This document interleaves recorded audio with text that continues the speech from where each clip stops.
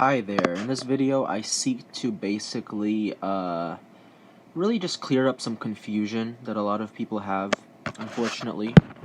A lot of people don't understand what spiritual progress is and the whole aim of life. And this video right here is about a goddamn, there's something in my eye, but it's gonna basically clean a lot of information up. So, spiritual growth. Here's what I have written. I have found that true spiritual growth is not an improved mood or clarity of thought. Do you know what the nature of spiritual growth is about? It's about becoming less to yourself and more to others. Here's what I mean. From the very beginning of the world, God had an agenda.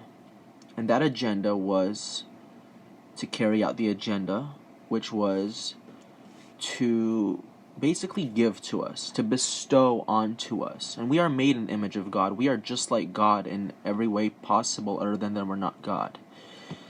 And in this nature that we have, we are also called to give to the world. So, to carry it out rather than going your own path is how you basically do God's agenda, is to carry out, to do what you're intended to do. The aim of your life, the purpose of your life, is to carry out God's agenda. The purpose of your life is to carry out God's agenda, and rather than going on your own path. God's agenda is about turning you as a creature, into nothing to yourself. God has an agenda for you, and He wants to make you as small, belittled, irrelevant, messed up, dirtied, unclean as you can possibly be to yourself, but everything opposite of that to the world. So what do I mean? Well, the entire aim of your life and God's whole desire and plan for you is that you spiritually improve. You know, spiritual improvement, progression. What are the signs of it? Like I just said, ironically, it's not about you feeling better. So when people talk about, hey, I want to improve spiritually, and they go on this spiritual path, they're like, I want to be more spiritual with my life. That's great. But you feeling better or happier is not a sign of spiritual improvement or progression. God gave to the world from Himself, and you, being made in the image of God, have to give to the world from yourself. And what happens when you give from yourself to others? You become less to yourself. And the world sees you as something more. That is the signs of spiritual progress and spiritual improvement. That is the meaning of life. So it's not about you feeling better or happier, or having more clarity of thought, or better thinking abilities, or even being smarter. Those are not signs of spiritual improvement, progress, and you doing God's agenda.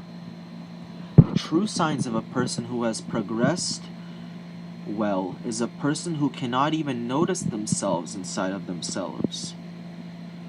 For they have become so small, so irrelevant toward themselves, and they have given away themselves so much to the world that they can even hardly notice their own selves inside of themselves. So when they look inside, they don't see a person who is individual and likes this, doesn't like that,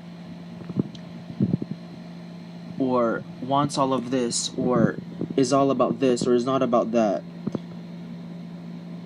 That is ego death. That is egolessness. That is sainthood.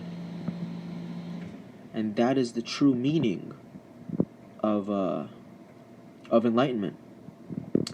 So you cannot be good to yourself and good to the world. You cannot serve two masters. But it's not about you. It's about them. They matter. You do not.